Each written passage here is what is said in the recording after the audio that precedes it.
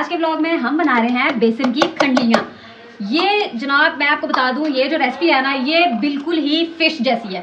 तो इसके लिए मैंने 1 कप जो है वो बेसन लिया है। साथ ही मेरे पास है कि मसाले में देख लूँ, मैं तो भूल जाती हूँ। ये जीरा है 1/4 टीस्पून, अजवाइन है 1/4 टीस्पून, नमक है हस्बे जायका 1/2 टीस्पून, लाल मिर्चा 1/2 टीस्पून, लाल कुटी हुई मिर्चा 1/2 टीस्पून और कलौंजी है हमारे पास 1/4 टीस्पून। ये सारे मसाले हमने जो है वो इसमें डाल दिए झटपट करके।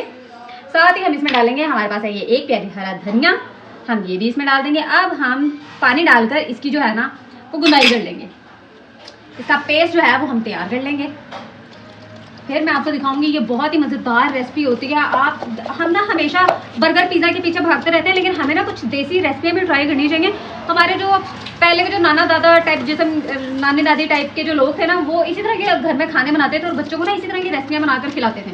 तब पिज़्ज़ा बर्गर तो होता नहीं था, लेकिन ये खाने यकीन माने आज भी जो लोग बनाते हैं और खाते हैं ना, उन्हें पता है कि इसका क्या ही जायका है। आप किसी भी बर्गर और पिज़्ज़ा को जो है ना वो भूल जाएंगे और कहेंगे कि लाजवाब, ये जो हम खा रहे हैं ना ये बहुत मज़ा आ रहा है।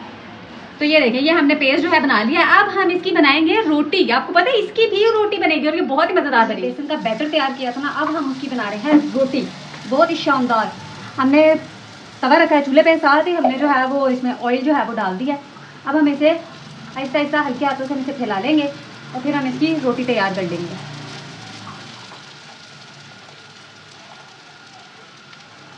तो ये देखिए, इस तरह से हम इसे पलट लेंगे और ऐसी रोटी हमारी जो है ना, ऐसी गोल रोटी हमारी बनकर तैयार होगी। ठीक है,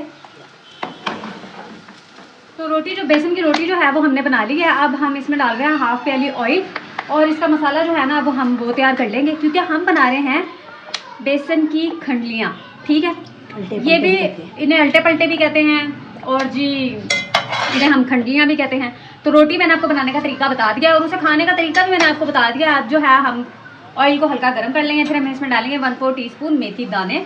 साथ ही हम इसमें डालेंगे जी अदरक लहसुन का 1 टेबलस्पून पेस्ट और फिर हमारे पास आ जाएंगे सारे स्पाइसेस।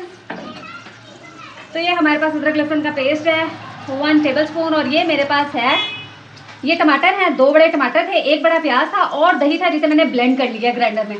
तो ये पेस्ट बना के हम इसमें डालेंगे। इसकी ग्रेवी जो हम बनाएंगे, ठीक है, वो इस तरह की हम तैयार करेंगे। साथ ही हम इसमें डालेंगे लहसुन अदरक का पेस्ट ही डाल रहे हैं।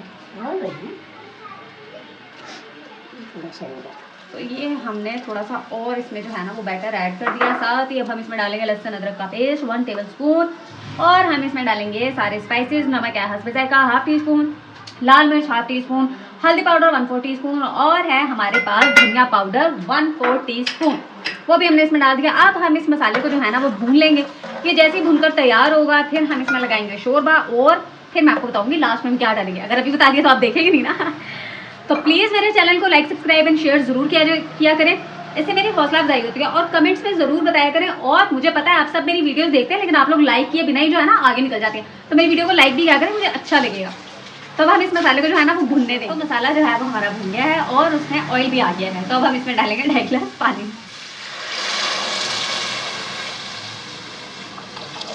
2.5 गिलास पानी डाल दिया। अब हम इसको आएगा तो फिर अब हम इसमें आएगा एक बबल, एक ये उबाला आएगा। फिर हम उसमें डालेंगे ये हमारी बेसन की रोटी के कतलियाँ।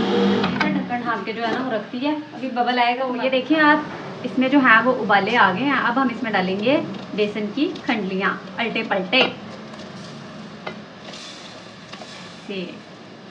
अब हम इसे अच्छी तरह जो है वो 1-2 उबाले दिलवाएंगे ना मामा, हल्का सा, बस 1-2 उबाले दिलवाएंगे और जी हमारी हांडी जो है वो बनकर तैयार। देखिए दोस्तों, हमारे अल्टे पलटे या बेसन की खंडलियाँ जो हैं वो बनकर बड़ी मज़ेदार से तैयार हो गई हैं। प्लीज़ मेरे चैनल को लाइक, सब्सक्राइब एंड शेयर ज़रूर कीजिएगा, इससे मेरी हौसला अफजाई होती है। और कमेंट्स में बताइएगा मेरी बनाई गई रेसिपीज आपको कैसी लगी। तो मिलते हैं एक नई मज़ेदार आसान सी रेसिपी के साथ। अपना बहुत सारा ख्याल रखिएगा, मुझे दुआओं में याद रखिएगा। अल्लाह हाफिज़।